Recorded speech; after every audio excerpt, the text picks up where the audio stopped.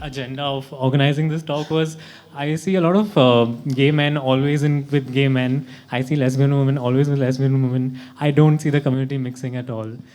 And we as gay men feel our life is difficult. We don't know what trans people go through. But I think it was around what I want to say like 12 or 13 that I started realizing, wait, like I'm not like the other girls. I'm different. This isn't really a path that is very well mapped out for a lot of people. You know, the conversations we're having today about like transness and trans issues really didn't exist when I was growing up. I think I must have been 17, 18 when I came across this registry on the internet of like trans people who are actively thriving and like doing things that aren't just, you know, entertainment or even like pornography. And I remember like that being the sort of turning point for me, being like, wow, like these are human beings just like me.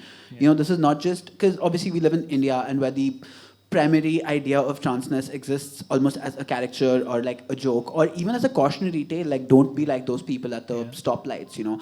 And there's always a sense of like dehumanization that goes into this identity. So to be trans is to be human, and we lead lives just like everybody else. I think that was really the turning point for me. बचपन की बात अगर मैं कहूँ तो ऐसा कुछ बहुत डिफरेंट नहीं था.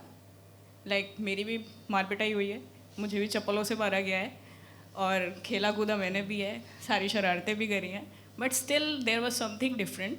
Like I use to dress up like boys हमेशा, और उसके लिए मेरी ज़्यादा पिटाई हुई है क्योंकि मेरी बहन मेरे पीछे पड़ी रहती थी हमेशा कि कपड़े जो हैं फ्रॉक पहनो, ये करो वो करो. तो फ्रॉक पहन के मैं उसे टकिट करके घूमता था. हमेशा लड़कों के संग खेलना और उस तरह के स्पोर्ट्स में ही रहना.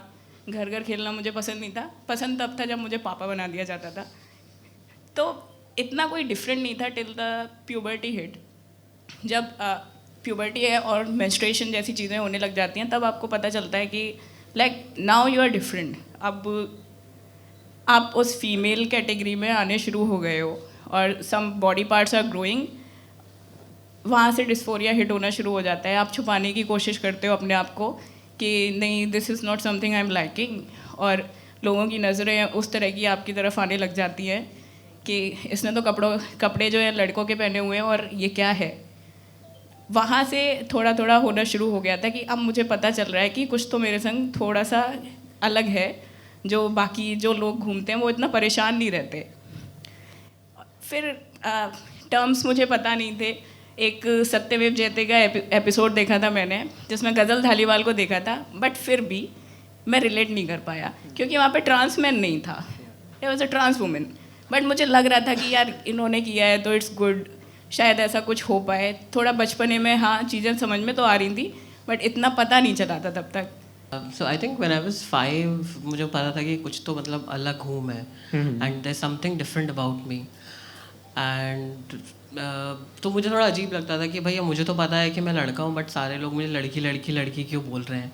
दे वर लाइक कि दे वर फोर्सिंग मी टू अग्री कि भाई तुम लड़की हो, तुम मान लो तुम लड़की हो. So yeah, that happened and eventually I gave up to the pressure क्योंकि हर दिन कौन बर्दाश्त करता रहेगा बैठ के.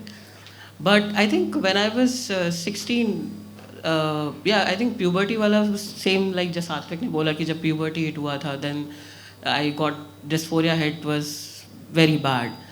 Then when I was 16 जब इंटरनेट से मेरा इंट्रोडक्शन हुआ था तब मुझे अपनी फीलिंग्स के बारे में टर्म्स पता चली थी कि जेंडर डिस्फोरिया ये होता है.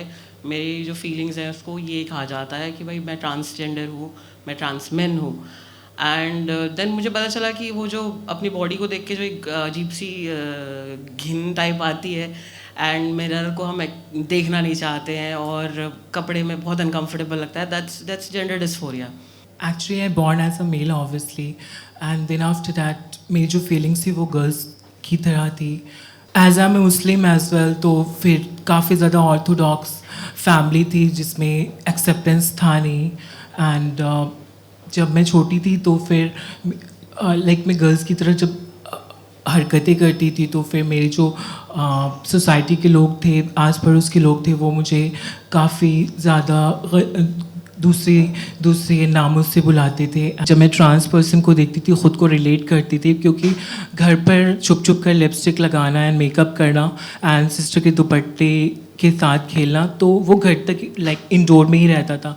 जब मैं दिल्ली आई तो मैंने अपनी लाइक ट्रांस पर्सन को देखा तो मैंने खुद को रिलेट किया. Then after that I consulted for hormones replacement therapy and for laser treatment. Then मैं 2015 से I came out from closet. I have my restaurant in Noida called Street Temptation, and apart from that I'm social worker as well. कि मेरी mom गुजर गई थी जिसकी वजह से मुझे घर पे एक्सेप्टेंस नहीं थी एंड तो मुझे ब्रेस्ट अपना रिमूव कराना पड़ा. That was very hard because वो मेरी खुशी थी क्योंकि हमें फील होता है कि एटलीस्ट एक गर्ल के लिए ब्रेस्ट बहुत इंपॉर्टेंट होता है एंड घर पे एक्सेप्टेंस नहीं था तो फिर मुझे ब्रेस्ट रिमूव कराना पड़ा. मैं एक्चुअली डिस्क्राइब नहीं कर सकती बिकॉज ऑफ काफ़ी ज़्यादा उस टाइम में परेशान थी एंड डिप्रेस्ड भी थी. एंड देन अभी मैं अपनी बॉडी से खुश हूँ. ये जो बैठे हैं यहाँ पे 2-3 लोग और बैठे हैं, यही है मेरी फैमिली और इन लोगों ने हमेशा सपोर्ट किया है. एक गांधी फेलोशिप का मेरा जर्नी बहुत अच्छा रहा जहाँ से मतलब मैंने खुलना शुरू किया. इन लोगों ने माहौल दिया मुझे, मैंने बोलना चालू किया और अब मैं यहाँ पे हूँ. Even though he has accepted very nicely and everything, but वो रिलीजन जो डंडा मारता है वो उनका चल रहा है कि भाई रिलीजन में एक्सेप्ट नहीं है. एटलीस्ट उन्होंने घर से नहीं बाहर निकाला. That's one thing I can say. Like पूरी तरह से तो नहीं बट हाँ उन्हें थोड़ा टाइम लगेगा. ऑब्वियसली किसी भी माँ बाप को थोड़ा एक्सेप्ट करने में टाइम लगेगा तो बट आई नो दैट कि वो एक्सेप्ट कर लेंगे. एंड मेरी कज़न्स एंड जो सिस्टर्स हैं they know all things. Like हम कभी कभी अपने कपड़े भी शेयर कर लेते हैं. The funny thing is that my dad is now like one of my biggest champions, and अब मेरा promo का moment आ गया है because my dad has actually started a organization, a not-for-profit organization called ATI, and that focuses primarily on educating, systems like teachers and people in education, people in the medical fraternity about like what it is to be trans, about getting like the best standards of care in India for trans people. So under the ambit of ATI, Dad has also started iPath, which is the Indian equivalent of WPath. Whenever I'm in public places, तो बाहर निकलते ही auto वाले चिल्ला रहे होते हैं भैया भैया कहाँ जाएंगे. भैया के मुंह से एक वर्ड निकला तो वो दीदी में कन्वर्ट हो जाता है और फिर ऐसा लगता है कि मैंने उसकी किडनी मांग ली है. बट ठीक है, लाइक वर्ड ट्रांसजेंडर ही पता कर लो पहले. या seriously I am not joking about this.